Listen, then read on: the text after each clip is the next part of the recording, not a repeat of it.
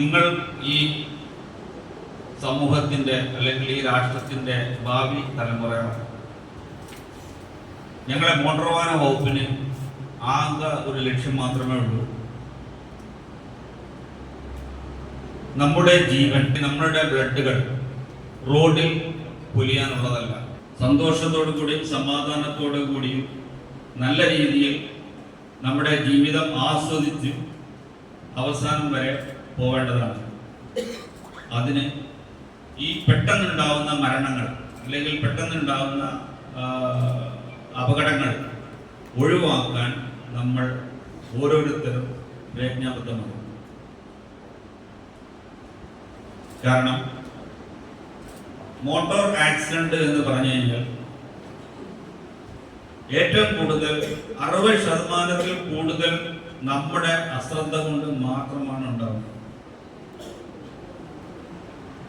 നിങ്ങൾ ആരും ലൈസൻസ് എടുത്തില്ല എന്ന് വിചാരിക്കുന്നു, 18 വയസ്സായിട്ടില്ല. പക്ഷെ മിക്കവരും നിങ്ങളുടെ വീടുകളിൽ വാഹനങ്ങൾ ഉണ്ടാവും. ഒരു വീട്ടിൽ 2-3 വാഹനങ്ങൾ ഉണ്ടാവും. മിനിമം 2 വാഹനങ്ങളെങ്കിലും ഉണ്ടായിരിക്കും. ഇപ്പോൾ ഈ വാഹനങ്ങളെല്ലാം ഉൾക്കൊള്ളാനുള്ള ഒരു റോഡ് വികസനം നമ്മുടെ ഈ കൊച്ചു കേരളത്തിലില്ല. നിങ്ങൾക്ക് അറിയാം, തൊട്ട് മുമ്പോട്ട് ഇറങ്ങിയാൽ തന്നെ റോഡ് ക്രോസ് ചെയ്യുന്നതിന് എന്തുമാത്രം ബുദ്ധിമുട്ടുകളാണ്. ഇത് ഞാൻ അടിവരയിട്ട് പറയുന്നു. ഇപ്പം നമ്മുടെ രാജ്യത്ത് മഹാമാരിയായ കോവിഡ്, നിപ്പ ഇങ്ങനെ പോലുള്ള ഓരോരോ സംഭവങ്ങൾ ഉണ്ടായി. നമ്മുടെ സിസ്റ്റം മൊത്തം അടച്ചിട്ടു, നമ്മൾ വീട്ടിലിരുത്തി. ഞാൻ പറയുന്നു, അതിൽ കൂടുതൽ മഹാമാരിയാണ് റോഡ് അപകടങ്ങൾ.